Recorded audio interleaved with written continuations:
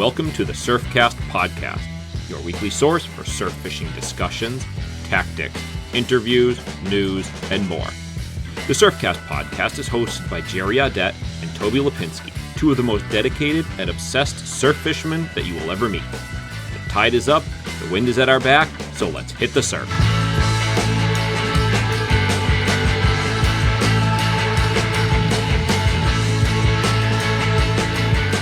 Hey there, my name is Jerry Audet, and this is the Surfcast podcast. And I'm Toby Lapinski. And today we're going to be kicking off a semi-regular feature that we're going to do where we discuss the notable moons throughout the year. Could be the new moon, could be the full moon, just the moons and their importance, what we look forward to them, what happens on them, how we anticipate them, and from time to time some of our results as the moons progress through the year, because there's nothing bigger to the surfcaster on the Striper Coast than the moons. So let's jump right into it with the September new moon, which this year took place on the 14th. So Jerry, what was the new moon of September for you going into it? Where did it take you? Where did you go? Where did you come out of it? How did you come out of it? What were your thoughts on it this year? Yeah, so this new moon was pretty notable for me for a variety of reasons.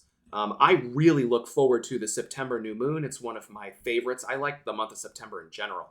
But you know, if I go back in my logbook 15 years from now, I think the notable thing I'm going to see is that I've really been struggling with a knee issue. I won't go into the details, but literally 4 days before we're making this recording, I was getting x-rays and getting set up for an MRI. And this has really flavored what I've done, where I've gone, where I've ended up. We've had some pretty substantial weather, and we're definitely going to talk more about that. But, you know, more than anything, the thing I've been observing through this knee injury is my level of addiction. And I'm not using that word flippantly, and I'm not using that word derogatorily, if that's a word. I'm really, how about in a derogatory way? That's probably the way you're supposed to say it. I really feel the compulsion. You know, my doctor's like, you know, you really should take some time off. And I'm like, I don't know what to tell you. I mean, I can't stop. And this is really the darker side of surfcasting. You know, and a lot of people have lost a lot more than just, you know, some knee injury. They've lost family and jobs and everything else. And I have been feeling that edge of like, man, I really should stop. And man, even I kind of want to stop and I don't. You know, just to give a couple of examples of the lengths I've been going to, I ride my bike to access this one place on the Cape, and I couldn't get my seat post down because it's fused into the frame because it's so much oxidation. So I need the seat to go down because my knee hurts, but I can't get it down. So I took blocks of wood, cut them with a jigsaw, duct taped them to the pedals, and that's how I'm riding my bike, except for that was too slippery. So I duct taped sandpaper to the top of the blocks so my feet wouldn't slip off. And there was one point where I was riding my bike along and I'm going, there's something wrong with you. This is outrageous. Like what are you doing? You know? So that's probably honestly the most notable thing that has come out of this moon for me is just the lengths I'm going to, you know, using a kayak to access places. I've never done that before. And it's like takes so much more logistics and time. But you know, when the tides are important, I have no excuses. I don't give myself an out. And the September new moon is super important. And when we have this much turbulent weather with the northeast winds and the swells and stuff, you know, I'm just not going to let that go by. Now, That being said, the one other notable thing I'm going to mention is the actual weather. It was pretty crazy. I was really looking forward to what that might bring, and it was a pretty big letdown, honestly. And I know I'm not the only one. I've talked to some other anglers who've had some tough times. It seems to be sort of a mixed bag. But I did get to play in it quite a bit, even with the knee. One night I got to fish in like 50 mile an hour sustained. The wind's coming down the beach. There's so much sand coming down the beach. It's filling up my reel. The Van Staal's jamming. I can't even turn the handle just from the wind. A few nights before we were recording this, even with my knee, I'm out standing on a rock. It's about 2 feet out of the water, and I took a wave right on the chin, and it knocked me right off backwards. And that's when I was like, okay, I'm done. This is too far. Like, this is I've hit my limit, you know? Yes. And honestly, you know, if my knee had been what's that? The knockdown is the quick sign that you need to take a step back. Yeah, exactly. I'm like, you know what? That's even that was an exceptional one. You know, honestly, without my knee being bad, though, I probably would have crawled back up and given it another go, and you know, then 2 strikes and I'm out. But I was like, I got to get out of here. I got to get out of here. I don't want to be forced to swim and find out if my knee can handle it. And then one other night, actually, I had a lot of fun. Not with big fish, but it was like fish every single cast for hours, taking waves right in the chin. But I was in the water, and that makes things a lot easier. And that was really fun. And, you know, Bill Wetzel he's been doing a great Instagram series. I mean, you're going to be listening to this a long time ago, but you can go back and find his Instagram. And he's been talking about his life at Montauk this past weekend. And he said same thing. It's perfect striper weather. It's just great to be out in it. And that's really probably the second biggest takeaway I have from the moon. How about you, Toby? How's it been going for you? What was the big takeaways on your front?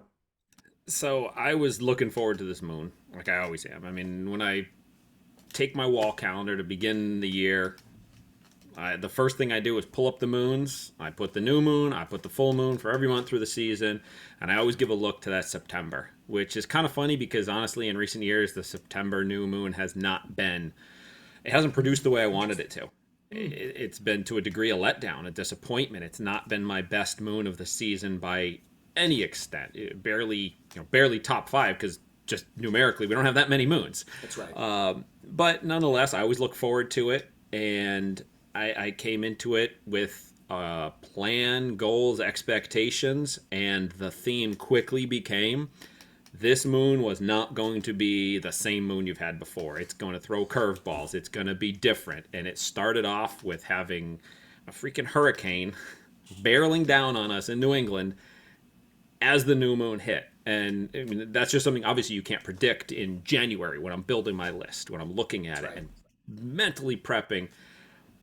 I'm going to be here on that moon. And if this doesn't work, I'm going to plan B and plan C. And then I'm going to circle back to A. You can't think about that when there's a hurricane thrown in. It changes the deck completely. And I mean, that was the theme from the start leading up to the new moon. I look at, let's see, if it was the 14th, I'm considering 5 days before, roughly, the start of the moon. 5 days before the moon night and the 5 days after, regardless of which, if it's a new or a full, that's sort of the window that I look at for fishing the moons. So my first day out, or night out, on the moon, I sat on the beach on a log for an hour and a half and never fished. Oof. Because of lightning. And I was watching the weather report all day, and I knew that storm was coming, so I'm getting excited. All right, we got new moon coming. We got the approaching hurricane. But all the reports were saying, or the forecast was saying, that lightning is going to stay far enough west of where I was going to be safe, and to warrant me going out that night and, risking it. Yeah. And I got to the water, and I checked my radar right before I got out there, and it was still good. By the time I got from my vehicle to the fishing location, the reality of it changed to the point where I was now watching lightning, and I'm doing that counting between the thunder and the lightning and trying to figure out if the time between the two is realistic, and can I trust this? Is it safe? Where twice I went out into the water, and like a cartoon, all I could figure is, imagine is like the cartoon character getting somewhere, whoop, whoop, turning and running right back because I was scared out of my wetsuit of lightning on top of me. Yikes. And then I'm back and I'm watching, and that night was a bust. I literally did not make a cast, called it, and of course by the time I got home, cleaned up, and then checked the radar, all was clear, so I guess I could have stayed. But it started off from the first tide I tried to fish being unpredictable, not what I'd expected, not what I planned for. Fortunately, there was only one night that was a total bust. And then the bite developed in a positive way, but throwing more curveballs. I mean, new moon, I'm expecting dark nights, perfect conditions, bait coming through in September, fish being on them. And right off the bat, my better tides were essentially devoid of any bait source other than spearing silver sides, what do you want to call them, in the wash, which I pretty much see everywhere all the time. And I don't, unless it's an extreme event, don't really consider that a bait fueled bite if it happens. As the tides progressed, the nights progressed, we got closer. I actually started seeing bait, mullet, bunker, miscellaneous stuff, and the bite diminished and went the wrong direction. So continuing those curveballs, it was unpredictable, having to deal with different changes, dealing with fire in the water on the dark nights, which would have addressed in another podcast where we talk about dealing with the fire. And it was good in that it was different. Made me continue to work. It wasn't just ho-hum, go through the motions, find fish. Had to really work to try to produce, try to find success, try to figure things out, and continue to build on that playbook that we're compiling year after year after year. That's right. Which I enjoy. At times I think, we have discussions where I kind of get bored at times of what's going on.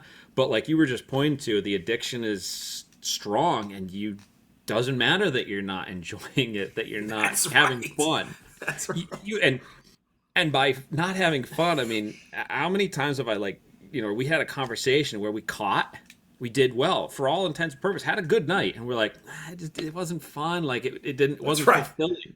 That's right. And it's that's another reason why exactly we were talking about addiction. I ever since I made that connection in my head of what we're doing in addiction, it absolutely fuels into it, because that's unfortunately I don't have any outside of fishing addictions to personally compare it to, but by definition those are aspects of addiction, still doing it when you're not enjoying, you're pushing through that. And it was nice to actually have something different to make me enjoy the fishing on this moon, regardless of success or failure on those given nights. Yeah, that's fun when you're getting curveballs and you're finding new things and you're having that success. That's super fun. Yeah, and the other different thing that I would never have predicted coming into this moon was I ran into bluefish. Now, bluefish in the surf, when you're striper fishing, are they go hand in hand. But the last couple of years, they've been, for whatever reason, the numbers have not been there. Some people are hitting them, so be it. But for me personally, last year I did not land a single bluefish in the surf. I had a couple rubber eels chopped, but didn't land one. The year before, I only got one. This new moon cycle, I think I had 4 or 5 that I landed. And I had multiple rubber eels chopped up. Several times I had bluefish on, and you hook them. If you're plugging, when you first hook, you can either see them or just know they're dancing. And you're like, that's the bluefish, which was, again, another curveball, another different thing, something I never would have predicted in the current state of my fishing and the fishery that we have going on.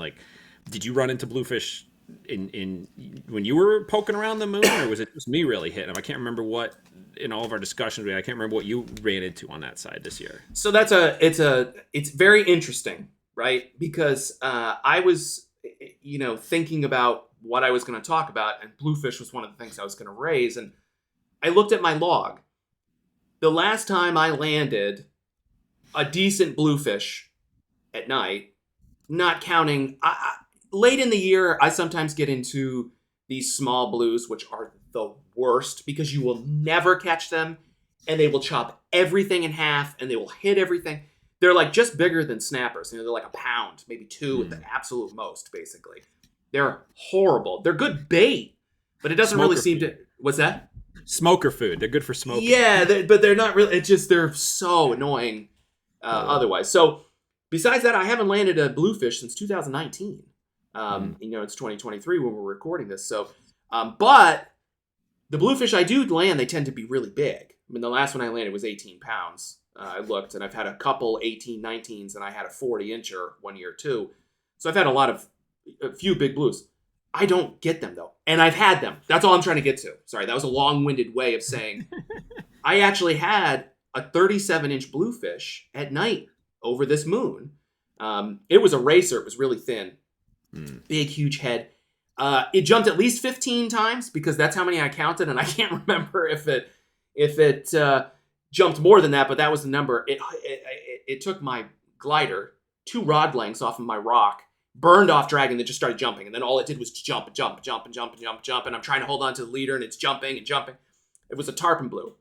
You know, I don't know what it means exactly, but when I see blues at night, I think bait. And I take it as a good thing, honestly. I mean, it's annoying because they're chopping everything in half, and some of the stuff that you and I use, plastic-wise, is pretty expensive. And so it can get real expensive quick. And for me, some of the bites I'm on, at this spot in particular, it's soft plastic or bust. You could just leave the plug bag at home, which becomes really frustrating. But I do take it as a good sign, because it usually means bait. And specifically for me, 95% of the time, 90% of the time, it means either bunker, peanuts, or mullet. It doesn't seem to be squid or, they're not after tog or something like that. It's like, if that's happening, there's bait schools around. And I would say of those 3, it's typically adult menhaden, bunker. And so I'm actually like psyched, especially if it's just a few random hits and I lose one soft plastic. I'm excited. I'm like, all right, they're here. And I don't know if the bass follow them or they're mixed together, but usually if they're there, the bass are there. That particular night, I only got a fish in the low 20-pound range, and I had a couple of smaller teen fish. That was it. So it wasn't fantastic by any means, but they were there. And, one big fish mixed in there, and it would have been a great night. And I would have been like, see? Bluefish mean great fishing, right? But it didn't work out, so I'm not going to say that. One thing we've never really talked about is, when you see those bluefish, I know you get annoyed because they're chopping everything off. But what does it make you think? Like, what does that say for pattern or, observation-wise? What do you think? I get annoyed with the smaller ones, like you, and I say like when they're under 8 pounds. That's right. Yeah, that's 5. what I put as small because they get like their attitude changes. Like when they're from snappers to 8-pounders, all they want to do is like sharp chop stuff, like little piranhas, just little pains in the asses that cut plugs and bite lures and chop eels and steal chunks when you're chunking. Then once they hit 8 pounds or up into like that mid-teen, they start to get a little bit of attitude. They kick your ass when you're fighting them. You get 3 or 4 in a row, or I get 3 or 4 in a row, and I'm done. They will destroy me. So then I enjoy maybe 1 or 2 of those poking in. But then when you get like those high teens and up, they're just an angry, different animal that is fun to catch. I don't obviously get them very often when they're that big, but they fight. They're fun to get into. They're kind of rare. So like the different levels of just size-wise what my excitement becomes.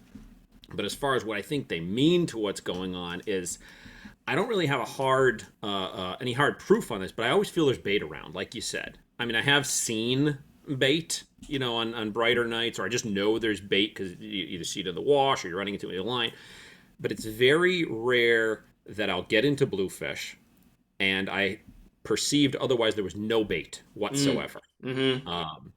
And similarly, it's generally larger schooling baits. Now I know they'll feed on bay anchovies, but when I run into bay anchovies in the surf at night, I don't really see the bluefish too often. It's again, like you said, adult bunker. That's right. Mullet, shad. There's a few early season bites where I do find they're around with squid, but it's more of like a spring thing that happens. So I do kind of get excited. If I'm hitting bluefish, I'm like, this is a good thing that as long as they stay around, I feel like there's bait within casting distance that will then subsequently hold the bass around.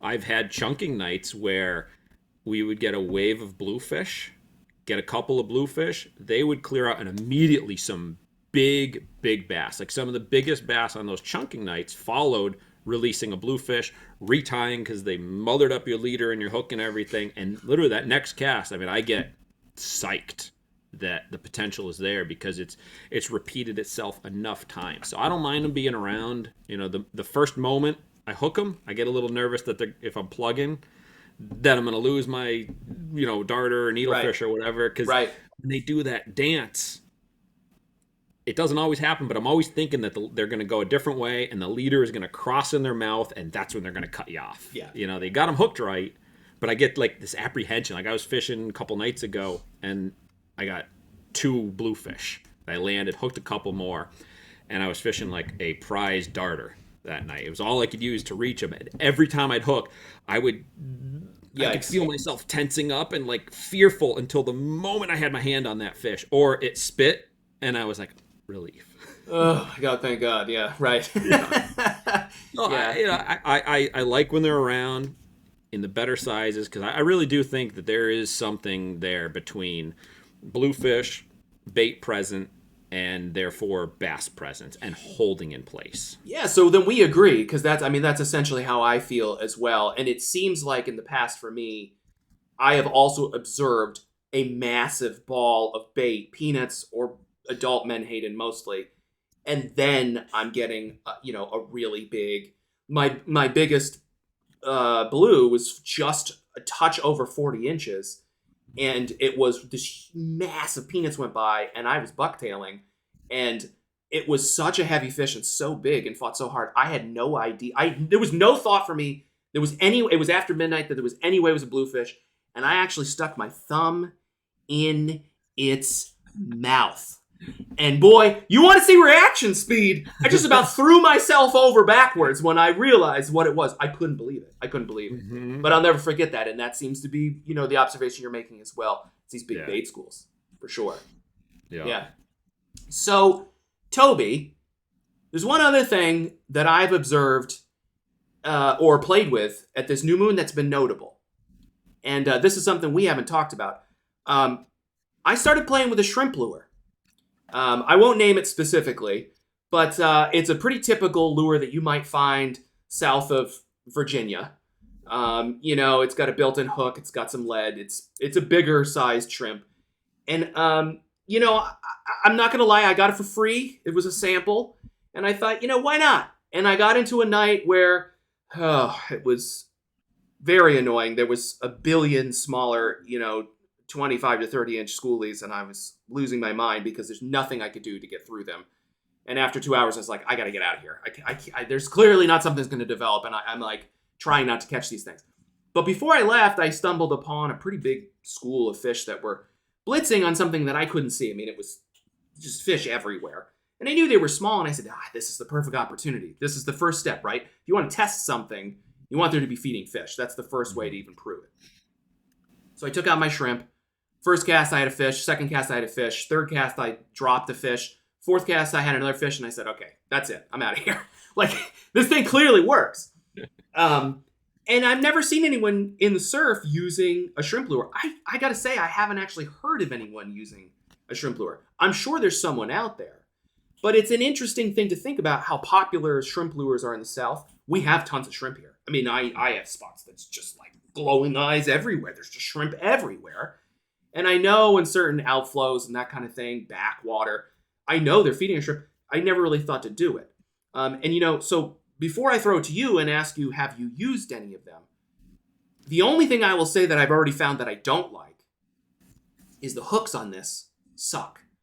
And I think a lot of shrimp lures suffer the swim shad condition of crappy hooks. They're super thin. And this one actually has a pretty robust hook in comparison to other models that are similar, but it's still garbage. I mean, it's still barely schoolie proof. And if you got a 35 inch fish, it could easily bend this hook out. And the only other thing is a lot of them with the internal weights tend to be kind of heavy. So then you're kind of bucktailing with a shrimp, right? So those are my 2 observations. This is my only experience. And so I'm going to potentially play with this more, especially late in the season when I'm a little bit more, it's not the September new moon. It's like the middle of November. And I'm like, let's just bend a rod. Let's throw the shrimp and see what we can do, right? So have you ever used one? Do you have any experience? So my experience on shrimp baits here, shrimp lures in New England in the surf for striped bass is what you ended with there. When it's the end of the season and I'm pretty much just looking to bend a rod, get a couple of schoolies, and finish off a day, or kill some time in the middle of the day when I need to just get away from my computer for a little while and fish. But I'm not throwing shrimp lures by any extent. I've got a couple probably similar or even the same thing as what you've had, and I might have test swam them, but I've never gone out with the mentality of there's a shrimp are being fed upon here. I need to perfectly replicate them. Instead I'm throwing, in this scenario, I really downsize what I'm using because it's small schoolies. It's sort of the holdovers into one of their staging spots. I'm literally using trout gear at this location, and I'm throwing 8-ounce at biggest little jigs that I guess look like a shrimp, look like a little baby mummy miscellaneous bait of some sort. Could I say I'm fishing shrimp? Sure, but it's not like that's not my goal. That's not what I target with them. And I've used shrimp stuff. I've gone to Florida. It's like the first thing on my mental list of what I'm going to be fishing when I'm trying snook or what have you. But up here, I just don't see it happening. I don't, kind of like you said too, I don't think there's a good shrimp specific lure for how we fish. Like you said, you're basically just throwing a jig, which is what I end up throwing in those locations. Right. Little jigs. It's just I don't think anyone has really come out with the lure that replicates the shrimp we have that's still fishable on the gear we're throwing. That's right. We've got the little tiny shrimp. I don't know the name specific, but there's the little guys that you see in all the backwaters. But then we have the bigger shrimp that look more like what you get at, like a shrimp cocktail kind of a shrimp. We have those around too. We do. So, those straight up large shrimp lures could work. Yeah, I remember last year one of the guys up on the Cape, or a couple guys on the Cape were getting them. They were going out scooping shrimp that looked like... Oh, that's right. The big shrimp you're going to get. I do remember that now. Yeah, you're right. So, they're there. Yep. And they net for them. There's a commercial fishery, so they're around. But I just, for whatever reason, if nothing else, they're sexier baits to use. Yeah, that's right. They are. That's right. They're right. That's right. How cool is it to be like, oh, yeah, man, I had a crazy shrimp bite last night, or the bass were blitzing on bunker. I'm looking for that bunker bite any day. Yeah, right. Right, that's right. Well, I think us general surf fishermen throwing the heavier spinning gear, it's just not really an option. But there's probably people out there. I'd love to know if any of the viewers, any of the listeners had something they're willing to share with us, stories, experiences, or even lures that they use in that scenario. Because the one thing that jumps to mind is those fly guys. They sure love themselves some shrimp, and they got plenty of shrimp lures on the fly side. But on the spinning heavier gear side, I'm not really sure what we got. So audience out there, the Surfcast podcast, what's the deal for you guys on the shrimp? Yeah, hit us up with an email.